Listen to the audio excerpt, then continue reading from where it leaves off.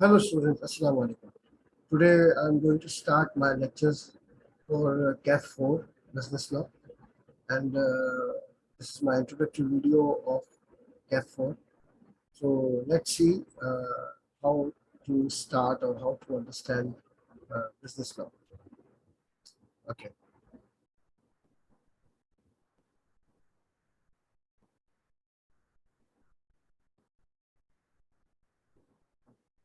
Now, contract law. Uh, all those who are appearing for their CAF 4 exams in this September, these videos will be very helpful to understand law. कोई मुश्किल subject नहीं है law, पहले ये जहन में रखिएगा. It's not a difficult subject. थोड़ी सी बस चूंकि जरा सा नई चीज होती है तो हमें ऐसा लगता है कि यार पता नहीं कितना मुश्किल होगा. कुछ भी मुश्किल नहीं. देखो, कॉन्ट्रैक्ट को समझने की कोशिश करते हैं कि what is the definition of contract. Okay. अच्छा, according to section B of contract act, an agreement enforceable by law is a contract. Okay, this is the definition of contract. ये कॉन्ट्रैक्ट की definition. Agreement enforceable by law is a contract. अच्छा भाई, क्या मसला है? मसला ये है, मैं आपको समझा रहा हूँ. बहुत आसान है, बिल्कुल आसान, कोई ऐसा मुश्किल नहीं. देखिए, ये एक होती है एंगेजमेंट, ठीक है, और एक होती है मैरिज. ठीक. अब समझने की चीज ये है, जो हमें समझनी है यहाँ पर बहुत जरूरी है, जो हमारा समझ, वो ये कि एंगेजमेंट की मैं बात कर रहा हूँ, एंगेजमेंट के इवेंट की बात नहीं कर रहा. पहले ये समझ, ठीक है. एंगेजमेंट का इवेंट लोग क्या समझते हैं एंगेजमेंट को कि भाई सब लोग आए, मेहमान आए और वो अंगूठी पहनाई गई और एक हंगामा, हुल्लड़ गुल्लड़, खाना पीना. वो एंगेजमेंट का इवेंट होता है, एंगेजमेंट नहीं होता. एंगेजमेंट का इवेंट होता है. एंगेजमेंट ऐसी बेसिकली क्या होता है, देखो, लड़के वाले, ठीक है,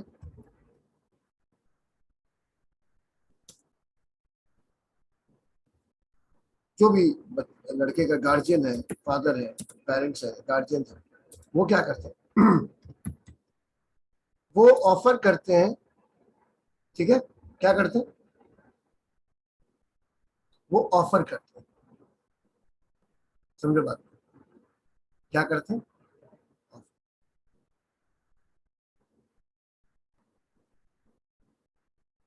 ठीक है, क्या करते हैं? ऑफर. ठीक है,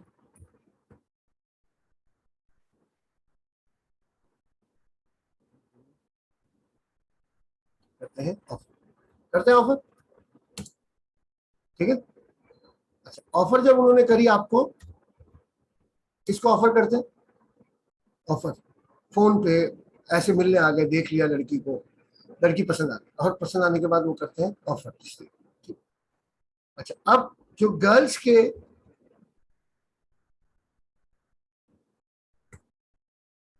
के जो गार्जियंस होते हैं या पेरेंट, ठीक है, वो क्या करते हैं? वो क्या देते हैं? वो देते हैं एक्सेप्टेंस. समझ आए? ठीक है, वो देते हैं एक्सेप्टेंस. बात समझ आ रही? उनकी तरफ से होती है एक्सेप्टेंस. अगर वो लड़की देखने के बाद, अभी लड़की देखी ना, उसके बाद वो गए, उन्होंने जो भी इस्तिखारा वगैरह करना, जो हमारे यहाँ के रिवाज इस्तिखारा करना, सब कुछ किया उन्होंने, और करने का उनको लड़की पसंद आ गई, एवरीथिंग इज ऑलराइट, सब ठीक है, ठीक है. अब वो क्या करेंगे? वो फोन करते हैं कि भाई हमें आपकी लड़की पसंद आ गई. That is an offer. उसी वक्त फोन पे लड़की के अब्बा ने कह दिया कि जी हमें मंजूर है. बस ये हो गई मंग, दिस इज कॉल्ड एंगेजमेंट. अब वो जो लोग आते हैं, रिश्तेदार आते हैं, सारे मिल के बैठते हैं, और हल्ला गुल्ला और खाना पीना और अंगूठियां बदलना वगैरह वगैरह, दिस इज इवेंट। एंगेजमेंट कहाँ हो गई थी? जब लड़के के फादर ने फोन पे ऑफर करी और उन्होंने फोन पर एक्सेप्ट कर ली, दैट्स इज एंगेजमेंट। इसको कहते हैं एंगेजमेंट। समझ में आ गई बात? तो ये जो एंगेजमेंट है बेसिकली, ये एक्चुअली ये पूरा प्रोसेस जो है, ये पूरा प्रोसेस, इसको हम कहेंगे एग्रीमेंट। क्या कहेंगे? समझ आया? क्या कहेंगे? ये हो गया एग्रीमेंट। ठीक। लेकिन इसकी कोई कानूनी वैल्यू नहीं। कोई वैल्यू है कानून? कोई कानूनी वैल्यू। अच्छा, अब होगा क्या? अगर मंगनी तोड़ते हैं तो क्या कॉन्सिक्वेंस? कुछ भी नहीं, कोई कॉन्सिक्वेंस। समझ रहे बात? इनको कोई भी कॉन्सिक्वेंस सफर नहीं करना है मंगनी तोड़ने। अब बातें उछलेंगी, अच्छा हो, ये हो गया, वो हो गया, रिश्तेदार कुछ अच्छा बुरा वगैरह वगैरह, बस इससे ज्यादा कुछ भी नहीं होगा। समझे बात को? ठीक। एग्रीमेंट अगर कन्वर्ट होता है शादी में, समझे बात को, तो क्या होगा? अच्छा, अब एग्रीमेंट हो गया, तैयारी हो गई, और इन्होंने जो है वो शादी की तैयारी शुरू कर दी। ठीक है, और शादी हो, एग्रीमेंट कन्वर्ट हो गया शादी, यानी एंगेजमेंट कन्वर्ट हो गई शादी में, तो हम उसको कहेंगे। अब ये जो मैरिज बन होगी ना, ये बन गया कॉन्ट्रैक्ट। अच्छा, अब ये कॉन्ट्रैक्ट क्यों बना? ये कॉन्ट्रैक्ट क्यों बन गया? अगर शादी होगी तो कॉन्ट्रैक्ट होगा। ठीक है, engagement is agreement, marriage is contract. अच्छा, अब ये कॉन्ट्रैक्ट क्यों बन गया? अब तोड़ो उसको, शादी तोड़ो, कॉन्ट्रैक्ट है, इसको तोड़ना आसान नहीं है। इसके पीछे फिर वो मेहर देना पड़ता है और पता नहीं क्या क्या इसके साथ जो है लीगल फॉर्मेलिटीज होती है। यानी एग्रीमेंट जो है उसको तोड़ना आसान है, कॉन्ट्रैक्ट को तोड़ना मुश्किल है, उसमें कॉन्सिक्वेंसेस। कॉन्सिक्वेंसेस क्यों है?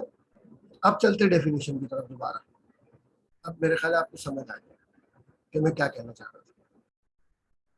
ठीक है, अगर मंगनी को आपने शादी में कन्वर्ट किया तो वो मंगनी शादी जब बनेगी तो वो उसके अंदर कानून शामिल हो जाए। अब कानून यानी मैरिज एक्ट शामिल हो जाएगा उसमें। उसको तोड़ने के लिए आपको जो भी मैरिज एक्ट है उसकी शराइत पूरी करनी पड़ेगी। समझ में आ गई बात? ठीक है, तो मंगनी इज एग्रीमेंट, तोड़ दिया कोई मसला। मैरिज इज अ कॉन्ट्रैक्ट, तोड़ोगे तो कॉन्सिक्वेंसेस कानूनी तौर पे पूरे करने पड़ेंगे। अगर बच्चे हैं, आदमी अपनी बीवी को तो छोड़ सकता है, ठीक है भाई बीवी को नहीं, लेकिन बच्चों का मेंटेनेंस तो पे करना पड़ेगा, उसके लिए केस हो सकता है, सब कुछ हो सकता है। वहां कानून आपके पीछे खड़ा हो जाएगा। ठीक है, तो कॉन्ट्रैक्ट जो है वो उस एग्रीमेंट को कहते हैं जब उसके ऊपर कानून लागू हो जाता है। ठीक है, एग्रीमेंट पे सिर्फ कानून लागू नहीं होता, कॉन्ट्रैक्ट पर कानून लागू होता है। अच्छा, अब इससे हमें एक बात और समझ आ गई, वो ये कि हर इंगेजमेंट शादी बने ये जरूरी नहीं। बहुत सारी इंगेजमेंट जो है वो शादी नहीं बनती। ठीक है, लेकिन जितनी शादियां हुई हैं दुनिया में उसकी मंगनी जरूरी है। चाहे 5 मिनट के लिए, चाहे 1 घंटे के लिए, 1 दिन के लिए, 2 दिन के लिए, 15 दिन के लिए, 1 महीना, 2 महीना, 1 साल, लेकिन मंगनी पहले एग्रीमेंट होता है, उसके बाद जो है वो कॉन्ट्रैक्ट ऑफ मैरिज बनता है, शादी होती है। तो ये जुमला कभी मत भूलना, जो तुम्हारे काम आएगा। क्या? ऑल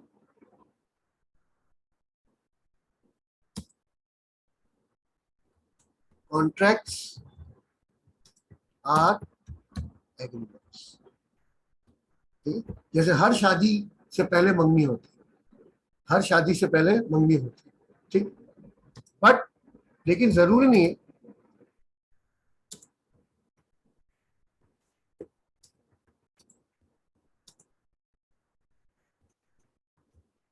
लेकिन हर एग्रीमेंट शादी, हर मंगनी शादी बने ये जरूरी नहीं। हर शादी की मंगनी हुई होगी चाहे फोन पे से। इवेंट की बात नहीं कर रहा हूँ, एक्सेप्टेंस की बात कर रहा हूँ, ऑफर एंड एक्सेप्टेंस। ठीक है, जो वो लोग समझते शादी की जब मंगनी करा लेते हैं उनके जहन में से वो मंगनी का इवेंट चल रहा है। अरे अजीब लोग है यार। ठीक है, हम बात करें ऑफर एंड एक्सेप्टेंस। फोन पे होगी बात तय होगी, बात तय होना ये एग्रीमेंट। हर शादी की पहले मंगनी होती है, लेकिन हर मंगनी शादी में कन्वर्ट हो जरूरी नहीं, बीच में टूट जाती है। आगे समझ में, all contracts are agreements but all agreements are not contract. जरूरी नहीं कि हर एंगेजमेंट का एंड शादी हो, लेकिन हर शादी की इब्तिदा मंगनी से होती है। इसलिए हर कॉन्ट्रैक्ट पहले एग्रीमेंट से शुरू होता है, लेकिन हर एग्रीमेंट कॉन्ट्रैक्ट में कन्वर्ट हो जाए ये जरूरी नहीं। समझ गए? ठीक है, यहां तक बात हमें समझना। अच्छा, अब आगे चलते हैं, इसकी डेफिनेशन देखते हैं दोबारा। ठीक है, तो अब हमें कॉन्ट्रैक्ट समझ आ गया कि जब एग्रीमेंट के पीछे कानून शामिल हो जाता है तो फिर वो एग्रीमेंट जो है वो एग्रीमेंट नहीं रहता, कॉन्ट्रैक्ट बन जाता है। जैसे एंगेजमेंट में अगर निकाह हो गया तो वो एंगेजमेंट नहीं रहेगी, वो मैरिज कहलाएगी। एग्रीमेंट तोड़ना आसान है, कॉन्सिक्वेंसेस नहीं है। मैरिज तोड़ना, कॉन्ट्रैक्ट तोड़ने के लिए उसके कॉन्सिक्वेंसेस को सफर करना पड़ता है, देखना पड़ता है और उस पर चलना पड़ता है, क्योंकि पीछे कानून खड़ा हो जाता है। सही है, बात समझ में आ रही? अगर आप मंगनी तोड़ते हैं कोई आपको कुछ बोलेगा नहीं, वो तोड़ दी मंगनी। लेकिन अगर आप शादी तोड़ेंगे तो फिर आपको उसकी जो भी एसेंशियल्स है वो पूरे करने पड़ेंगे, कानून मौजूद। समझ आई बात? अब जैसे मैं फॉर एग्जाम्पल मैं आपको समझा कि जैसे हिंदू मैरिज एक्ट, जो है उसके अंदर आप दो शादियां नहीं कर सकते, दो बीवियां नहीं कर सकते। ये उनका कानून है, उनके मजहब का कानून। एक इंसान एक वक्त में एक ही बीवी रख सकता है, उनका कानून। तो अब धर्मेंद्र को, एक अदाकार था इंडिया का धर्मेंद्र, अभी भी है, उसको हेमा मालिनी से शादी करनी थी, लेकिन वो अपनी पहली बीवी को छोड़ना नहीं चाहता था। तो उसने क्या किया, इस्लाम कबूल कर। ठीक है, और हेमा मालिनी ने भी इस्लाम कबूल कर लिया, ये ट्रू बता रहा हूं मैं आपको, फैक्ट बात। और उन्होंने जब इस्लाम कबूल कर लिया, और इस्लामिक लॉ के हिसाब से आप दो बीवियां रख सकते हैं। बात सुनो, क्योंकि कानून, कॉन्ट्रैक्ट में फिर कानून आ जाते हैं, ध्यान में रखें। एग्रीमेंट आप मंगनी हजारों कर ले, कोई टेंशन नहीं, करते रहे तोड़ते रहे, कोई कुछ नहीं बोलेगा। शादी तोड़ेंगे तो फिर कॉन्सिक्वेंसेस आपको आपके मजहब के हवाले से देखना। ठीक। अच्छा, अब होता क्या है एक्चुअली, जब आप कॉन्ट्रैक्ट करते हैं तो वो ऑब्लिक, a contract therefore is an agreement of the object of which is to create a legal obligation, a duty enforceable by law. आपकी ड्यूटी हो जाती है लॉ, कानून के साथ। एग्रीमेंट में कोई ड्यूटी नहीं, मंगनी में आपकी कोई ड्यूटी नहीं। निकाह हो गया, लड़की आपकी जिम्मेदारी हो जाती है ना, बॉयज को कह रहा हूं। ठीक है, लड़की आपकी जिम्मेदारी हो जाती है भाई, उसका नान नफका सब आपकी जिम्मेदारी हो जाएगी। बात समझे? एग्रीमेंट में, मंगनी में कोई जिम्मेदारी नहीं होती। जहां कॉन्ट्रैक्ट हुआ, निकाह हुआ, आपकी जिम्मेदारी। ठीक है, ओके। अच्छा, अब यहां समझने का एक जो बहुत इंपॉर्टेंट चीज है इस लॉ को, कॉन्ट्रैक्ट हमें समझना। तो बात ये होती है कि कॉन्ट्रैक्ट जो है उसको हम कहते हैं कि इट्स अ वैलिड और इनवैलिड कॉन्ट्रैक्ट। नहीं, 5 शक्लें हैं इसकी। ठीक है, देखो, अगर कॉन्ट्रैक्ट वैलिड है, ठीक है, ठीक, वैलिड कॉन्ट्रैक्ट, ये यानी जैसे कोई भी कॉन्ट्रैक्ट दुनिया में जब होता है और वो वैलिड होता है, यानी मतलब उसमें कुछ भी नहीं, सब कुछ सही चल रहा है, तो वैलिड कॉन्ट्रैक्ट। लेकिन अगर वो वैलिड नहीं है तो फिर क्या है, यानी अगर कानून कहता है कि भाई ये आपका कॉन्ट्रैक्ट वैलिड है, वैलिड नहीं है तो फिर क्या है, ये समझिए। तो कॉन्ट्रैक्ट जब किए जाते हैं तो उसकी शराइत देखी जाती है ना, देखी जाएगी ना शराइत। क्योंकि अगर वो वैलिड नहीं हुआ तो फिर वो गिर जाता है, वो गिरता है, वैलिड से गिरता है। अगर वैलिडिटी से कोई कॉन्ट्रैक्ट गिरता है तो वो क्या बनता है, वॉइडेबल, वॉइड, अनइन्फोर्सेबल, इलीगल। ये वो चीजें हैं जिस पर वो जाके गिरता है। समझ आ गई बात? ठीक है, वॉइडेबल, वॉइड, अनइनफोर्सेबल, कहानी। समझ? वैलिड से गिरेगा तो ये प्रॉब्लम है। अच्छा क्या है वैलिड कॉन्ट्रैक्ट? क्या होता है? A valid contract is an agreement enforceable by law. An agreement becomes enforceable by law when all the essential elements of a valid contract are present. जैसे आप वैलिड कॉन्ट्रैक्ट कहते हैं, इसका मतलब है कि उसके अंदर ये सारी एसेंशियल्स कंप्लीट है। बात समझ आ गई? ये सारी चीजें कंप्लीट है। यानी क्या क्या चीजें? ऑफर है, एक्सेप्टेंस है, इंटेंशन है, कंसिडरेशन है, फ्री कंसेंट है, capacity of parties, lawful object और सर्टेनिटी एक्सेप्ट, कुछ लवाजमात इसमें कंप्लीट है। अगर कंप्लीट नहीं होते लवाजमात तो वो कॉन्ट्रैक्ट वैलिड नहीं रहेगा। अच्छा, तो वैलिड नहीं रहेगा तो क्या होगा? देखिए, दुनिया में जब भी कोई कॉन्ट्रैक्ट की कोशिश की जाती है, कॉन्ट्रैक्ट किया जाता है, तो कोशिश ये की जाती है कि कॉन्ट्रैक्ट वैलिड, जिस कंट्री में भी आप उसको करने के लिए जा रहे हो, वो पाकिस्तान हो, वो इंडिया हो, चाहे वो चाइना हो या यूएसए हो, हर जगह हम ये कोशिश कर रहे होते हैं कि कॉन्ट्रैक्ट जो है कानून के लिहाज से वैलिड हो। ठीक, तो पाकिस्तान के हिसाब से हम बात करें। अच्छा, अब अगर वैलिड नहीं है, एक कॉन्ट्रैक्ट होता है वॉइडेबल। ठीक है, वॉइडेबल कॉन्ट्रैक्ट। ठीक है, वॉइडेबल कॉन्ट्रैक्ट क्या होता है? वॉइडेबल कॉन्ट्रैक्ट वो होता है जिसको अगर पार्टी चाहे तो वॉइड होता है। ठीक है, an agreement which is enforceable by law at the option of one or at the option of one or more parties thereto, but not at the option of others or others is a void contract। देखो, इसके पहले illustration समझते हैं। कानून अगर आपको कभी भी समझना, लॉ, चाहे वो कोई भी पढ़ा रहा हो, माशाल्लाह बड़े जबरदस्त टीचर्स हमारे कराची में मौजूद है, बेहतरीन टीचर्स है और बहुत अच्छा पढ़ाते हैं। तो किसी भी चीज को लॉ की समझना हो तो पहले उसकी एग्जाम्पल समझो। एग्जाम्पल समझेंगे, लॉ आपको खुद ब खुद समझ आएगा। सही, ये पढ़ने का तरीका है। ठीक है, अच्छा, अब देखो, अगर कोई लड़की, यहाँ भी एग्जाम्पल लिखी, मैं ऐसे एग्जाम्पल, अगर कोई लड़की कोर्ट में ये दावा करती है कि मुझे अपने शौहर के साथ नहीं रहना,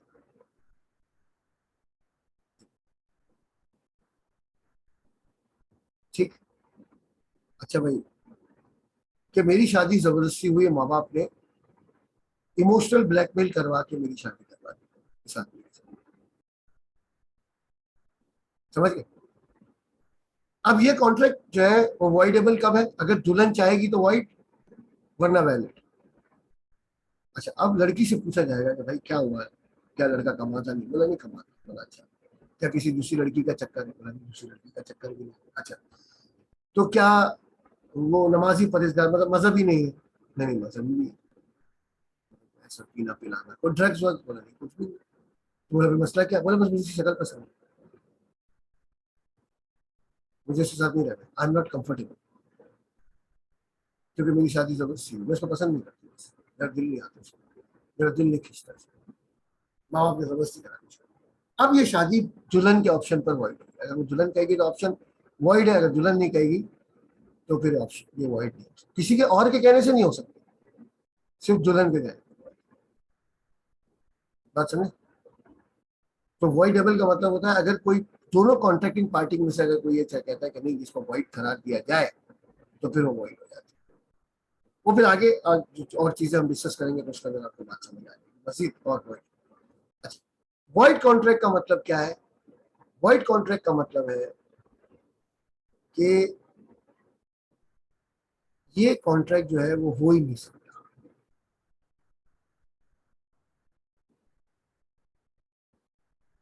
ठीक है, ये वो कॉन्ट्रैक्ट है जो हो नहीं सकता, ये वॉइड। जैसे एक मुसलमान की शादी पाकिस्तान में एक नॉन मुस्लिम से नहीं हो सकती, ये कॉन्ट्रैक्ट वॉइड कॉन्ट्रैक्ट, हो ही नहीं सकती, खत्म, हो ही नहीं सकती, खत्म हो, वॉइड। बात समझे? सही है? अब जैसे फॉर एग्जाम्पल कोई लड़की शादी करना चाहती है किसी लड़के से, लड़का पागल हो जाता है, पागल के साथ कॉन्ट्रैक्ट नहीं हो सकता, वही खत्म, बात ही नहीं। ठीक है। अच्छा, अब आते हैं आपके अनइन्फोर्सेबल कॉन्ट्रैक्ट। कि अनइन्फोर्सेबल कॉन्ट्रैक्ट कौन सा होता है? ठीक है, अनइन्फोर्सेबल कॉन्ट्रैक्ट वो होता है, यानी अगर वैलिड नहीं है तो फिर यानी वैलिड से गिरा। देखो, जो जैसे मेरे माँ बाप की शादी थी, that was a valid contract, सारी जिंदगी वो साथ गुजारी माशाल्लाह, और करे बच्चे, तो that was a valid contract. ठीक है ना। लेकिन अगर वैलिड नहीं है तो फिर वो गिरेगा, अगर गिरेगा तो या तो वॉइड हो जाएगा, वॉइडेबल हो जाएगा, अनइन्फोर्सेबल हो जाएगा। अच्छा, अब देखो क्या होता है कि अनइन्फोर्सेबल कॉन्ट्रैक्ट वो होता है जो कि वैसे तो वैलिड है, लेकिन कुछ उसमें टेक्निकल डिफेक्ट्स हो जाते हैं, कोई भी टेक्निकल डिफेक्ट उसके अंदर। ठीक है, यानी मैं बताता हूँ कि जैसे फॉर एग्जाम्पल एक घोड़े का कॉन्ट्रैक्ट करते हैं। ठीक है ना, मैंने एक घोड़े का एग्रीमेंट कर लिया और मैंने एडवांस पकड़ लिया, घोड़ा मर गया, घोड़ा मर गया, क्या कर सकते हैं? तो ये कॉन्ट्रैक्ट तो वैलिड था, एडवांस मनी मुझे वापस करना पड़ेगा, टोकन मनी। ठीक है, मैंने टोकन लेने ले लिया, तो मैंने कहा ठीक है भाई, मैं बकरा ईद के बाद 12 जुलाई को, बकरा ईद के बाद तीसरे दिन, ईद के तीसरे दिन, 11 12 तीसरे दिन जो है, मैं घोड़े की डिलीवरी दे दूंगा आपको, ले जाइएगा। एडवांस ले लिया मैंने उनसे, घोड़ा मर गया, अब क्या कर सकते हैं? अब कॉन्ट्रैक्ट अनइन्फोर्सेबल, वैलिड है, घोड़ा बेचने का कॉन्ट्रैक्ट वैलिड था, सब कुछ सही था, एवरीथिंग वाज वैलिड, लेकिन घोड़ा मर गया, कॉन्ट्रैक्ट अनइन्फोर्सेबल। समझे, यानी वैलिड था, लेकिन अब सर्कमस्टेंसेस आपके खिलाफ हो गए, अब कॉन्ट्रैक्ट पे अमल कैसे हो सकता है? ठीक है, अनइन्फोर्सेबल। इलीगल कॉन्ट्रैक्ट कौन से होते हैं? वो कॉन्ट्रैक्ट जो कि चीज होता क्या है, देखो मैं आपको समझाता हूँ। जैसे शराब का कारोबार, ठीक है, अब मेरे अल्फाजों पे गौर कीजिए, आपको बहुत मजा आएगा समझ। कोई भी मुसलमान पाकिस्तान में किसी भी इंसान के साथ, पहला वर्ड मैंने, पहली पार्टी क्या बताई? मुसलमान। दूसरी पार्टी क्या बताई? इंसान। यानी मुसलमान जो है पाकिस्तान में किसी नॉन मुस्लिम के साथ या मुस्लिम के साथ, दोनों में से कोई भी, मुस्लिम और नॉन मुस्लिम, किसी के साथ भी शराब का कॉन्ट्रैक्ट नहीं कर सकता। बात समझो, इसके लिए इलीगल है मुसलमान। ठीक है, कोई भी मुसलमान किसी दूसरे इंसान के साथ, दूसरी पार्टी कोई भी, शराब का कारोबार नहीं है। ठीक है, इलीगल। ठीक है, क्योंकि ये गलत है, मतलब गैर इस्लामी शराब। अच्छा, अब यूएसए चले जाए, यूएसए में अगर आप रह रहे हैं, ठीक है, यूएसए में जब आप रह रहे हैं, वहां पर वो आपसे शराब का कारोबार अगर आप कर रहे हैं, एक मुसलमान कर रहा है, नऊजुबिल्लाह, अल्लाह ना करे कोई मुसलमान, तो अगर वो कर रहा है तो कोई कुछ नहीं बोलेगा, क्योंकि वहां पे कानून में जो है शराब की कारोबार में मजहब का कोई जो है प्रोविजन शामिल है। हमारे मुल्क में ये देखो, ये पॉइंट समझ आ गया, हमारे मुल्क में शराब के कारोबार में मजहब का प्रोविजन शामिल है, इसलिए शराब का कारोबार नहीं होता। अच्छा, नॉन मुस्लिम जो है पाकिस्तान में, उनको अलाउ करती होगी कोर्ट, या उनको अलाउ होगा, भैया नॉन मुस्लिम है, आपके मजहब में है, इजाजत है, आप कर ले शराब का कारोबार। ठीक है, मुसलमान पाकिस्तान में शराब का कारोबार, समझ आ गया, इलीगल है, क्योंकि वहां पर इस्लामिक लॉ सामने है, वो मौजूद है, इस्लामिक कंट्री है हमारा, अल्लाह सलामत रखे हमारे पाकिस्तान में, तो ये जो है इलीगल है। तो हमेशा ये ध्यान में रखें कि कॉन्ट्रैक्ट जो है उसकी पूरी कोशिश होती है, कोई भी कॉन्ट्रैक्ट होता है उसकी पहली कोशिश होती है कि वो वैलिड, लेकिन अगर वो गिरता है वैलिडिटी से तो वो या वॉइडेबल हो जाएगा, या वॉइड हो जाएगा, या अनइन्फोर्सेबल हो जाएगा, या इलीगल। ठीक है, अगर गिरता वैलिड है तो कोई मसला नहीं। अगर जितने भी कॉन्ट्रैक्ट्स हैं दुनिया में जिस वक्त सही चल रहे हैं वो सारे वैलिड है तो चल रहे हैं। अगर वैलिडिटी से गिरेंगे फिर देखना पड़ेगा कि ये गिर रहे हैं तो क्यों गिर रहे हैं और कहाँ गिर रहे हैं, वॉइडेबल है, वॉइड है, अनइंफोर्सेबल है। ठीक। तो आज का हमारा जो ये सेशन था उसमें मेरा बेसिक मकसद ये था आपको समझाना कि कॉन्ट्रैक्ट और एग्रीमेंट में क्या फर्क है। तो मेरे ख्याल है मंगनी और शादी से समझ आएगा। इससे मुझे हमेशा से ये एग्जाम्पल बहुत अच्छी लगती थी और मैंने जो मेरे सीनियर लॉ के टीचर्स थे जब उसको मैंने बताया कि मैं एग्जाम्पल देता हूँ तो उन्होंने मुझसे कहा कि इट्स वंडरफुल। ठीक है। और बहुत बड़ी बात होती है कि जब हमारे टीचर, हमारे कोलीग्स हमसे सीनियर हैं और बड़े नामवर टीचर्स हैं और जब वो कहते हैं कि यार इट्स गुड एग्जाम्पल तो सीधा चौड़ा हो जाता है। ठीक है। तो मतलब बड़ा खुश होते हैं टीचर। ठीक है। So that's all for today. इंशाल्लाह I will come up with my new topic इंशाल्लाह वेरी सून। ख्याल रखिएगा। वीडियो आपको अच्छी लगी नहीं लगी जो भी है आप कमेंट कर सकते हैं।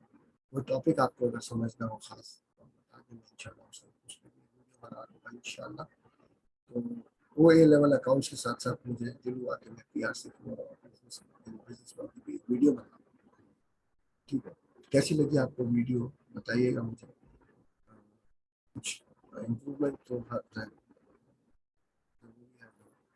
कोई चीज़ इम्प्रूवमेंट की ज़रूरत है जो भी है। ठीक है। कमेंट कर दीजिएगा कोई टॉपिक समझना। ठीक है। Thank you. Take care. अल्लाह हाफिज़।